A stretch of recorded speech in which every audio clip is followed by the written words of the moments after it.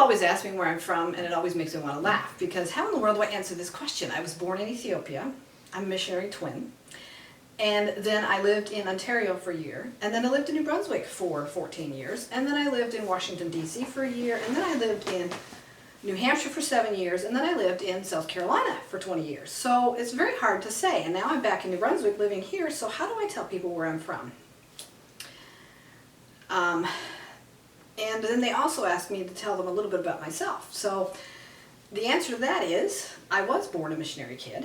My parents were missionaries, and I was a twin.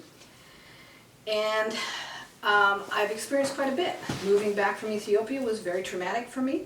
I had a very hard time adjusting to learning how to live in this culture. And then when I got through Bible college, I ended up going and working in a home for abused and neglected girls for 7 years. And then I went and got a master's degree in special education and taught in the public school system in South Carolina with special ed kids from 3rd through 8th grade. The first 3 years was with emotionally handicapped kids, kids who really struggle with their emotions and how to handle them in school. And I have some amazing stories about what God did to help those kids during that time. But then I ended up back at Bob Jones University and was teaching at the university level the special ed methods courses that went with special ed. But the nice thing about that is being in those kinds of experiences, first being at the Home for Girls and then working in Greenville County, I had lots of stories of how to deal with all kinds of different people.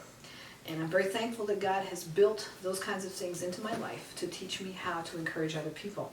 The one other thing I want to add into this is it's not just about the teaching that I've done, but it's also the things that I personally have experienced, because I've had some medical crises, I've had some other things that have happened in my life that have given me a personal perspective. So when I'm talking to people, it's not just about book knowledge or Bible knowledge, it's about personal experience and what God has taught me through suffering, through challenges. And I love 2 Corinthians 1 because it talks about how God comforts us so that we can comfort others in the same way that He has comforted us. So when I'm talking to you, when I'm giving you answers, when people come to me and ask me questions, I'm going to ask them questions first. I want to know their full story.